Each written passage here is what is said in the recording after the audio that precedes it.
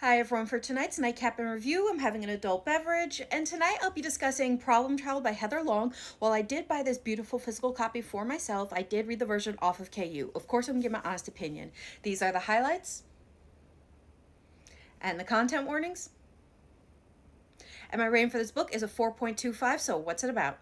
So this book is about Casey, who was born into Hollywood royalty with a movie star of a mother and a rock legend of a father, which means she has been tabloid fodder for as long as she can remember, and it only got worse when she, along with her two best friends, formed Torch and went double platinum. Now they've been on tour for a couple years, and it is time for a break and to just be normal kids, or as normal as they can be in their situation. And she has decided that attending Blue Ivy Prep is her shot at normalcy and just being a student. But it seems like everyone from the teachers to the other students have made up their mind that she is just a spoiled, brainless party princess based off the headlines that they've read about her. And because of that, some have written her off and others have decided to start bullying her to bring her down a peg.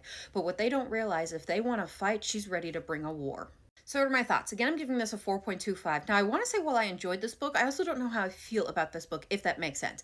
Now, I loved our female main character who is 16, and while she has two great friends there to support her, for a lot of other people in her life, she is the adult or the parent in that situation, being the one that shows up physically, emotionally, or even financially. Like, she has taken on the financial responsibilities for her parents who have the money but just don't pay their bills, essentially. And she has just decided to cover that for them, be from her own money, from her own career. So that's a lot of stress for a 16-year-old. And she's 16 at this time. She's been doing this for a few years.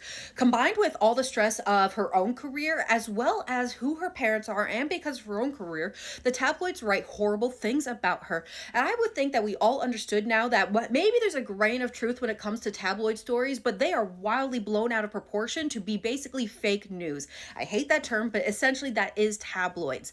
And you would think going to a school made up of elites, like there are dignitaries, politician kids, I think they even said some royal kids, and as well other celebrity kids, that they would know that you don't trust the media. The media blows everything out of proportion, from tabloids and also blogs, and to not believe it.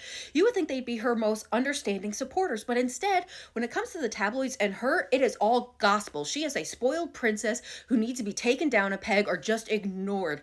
And they think the fact that she has, again, a career which has contractual obligations, so certain accommodations were made, especially when it came to her appearance, like being able to maintain her blue hair that goes against dress code, that she is being uppity and snobby. She also has tattoos. I don't remember if she got an accommodation, but she makes every attempt to hide them. So she's not trying to draw attention to herself. She's trying to be as normal as she can in that situation, while other kids are the ones that are acting snobby and uppity while she's just trying to live her life and go to school. And it was just very frustrating to read.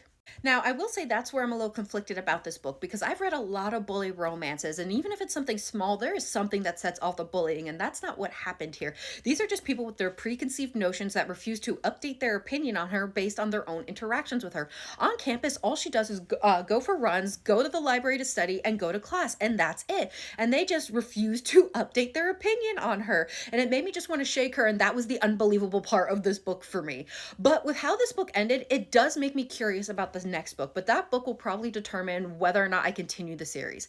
Now, again, I loved our female main character who is sassy, smart, and determined, and who won't bring nothing if you don't start nothing. So I definitely enjoyed her. And this is actually a true slow burn. Not a lot happens romantically with the three MCs. So that also makes me curious about her actually getting involved with these men in the next book. So I do plan to read that. This book is currently available. I hope you give it a try, and I hope everyone has a good night and happy readings.